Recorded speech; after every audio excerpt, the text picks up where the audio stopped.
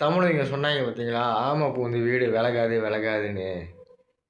அது எத்தனை பெர்சன்ட் நம்பணும் நம்புறதா இல்லையான்னு எனக்கு தெரில. பட் நான் என் வீட்ல ஆமை வச்சிருக்கேன். நான் இதுக்கு முன்னுக்கு இருக்கிற வீடியோலயும் நான் சொன்னேன். 2 குஞ்சு சைஸ்ல ஆமை குஞ்சு வச்சிருக்கேன்னு. ஸோ அத நீங்களே பாருங்க.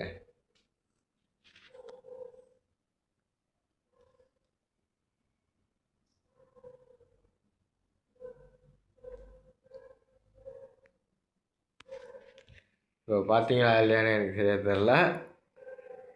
அண்ட் இங்கே இருக்கிறவங்க வந்து இங்கே இருக்கிறவங்கள பேர் வந்து முள்ளுகண்டன்னு சொல்லுவாங்க மலேசியாவில். பட் இந்தியாவில் எனக்கு சரியாக தெரில பேர் என்னன்னு. ஆக்சுவலி ஏன் முள்ளுகண்டன்னு சொல்கிறாங்கன்னா அது உடம்புல வந்து மேலே வந்து நார்மல் இருக்கிற மீனுக்கு வந்து இவங்களுக்கு வந்து முள் வந்து நீட்டிக்கிட்டு இருக்கும். ஸோ அதனால் வந்து மலேசியாவில் வந்து இவங்களை வந்து முள்ளுகண்டன்னு சொல்லுவாங்க. தெரில, இன்றைக்கி வெக்கப்படுறாங்க போல்.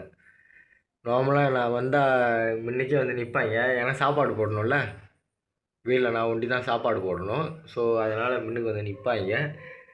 ஃபோனை தூக்கிட்டு வந்ததுனால வெக்கப்படுறாங்க போல். ஏன்னா இவங்க வந்து ஐஸ்வர்யா, பொம்பளை குட்டினால இவங்க பேர் வந்து ஐஸ்வர்யா. அமிதாப் பச்சன் ஒருத்தர் இருக்கார், வாங்க காட்டுறேன். அமிதாப் பச்சன் யாருன்னா நம்ம அண்ணாத்தை தான், அக்வேரியம் ஷாக். இங்கே வந்து இந்த தொட்டியில் வந்து அவர் ஒண்டி தான் இருக்கணும்.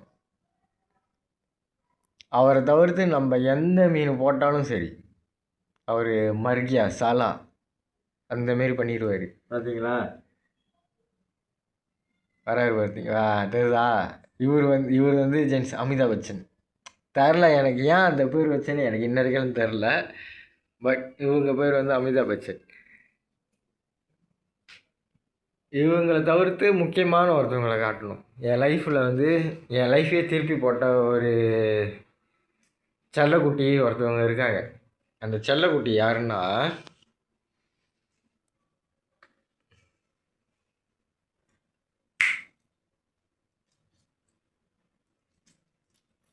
இவங்க தான். இவங்க பேர் வந்து நான் வந்து பாப்பான்னு வச்சுருக்கேன்.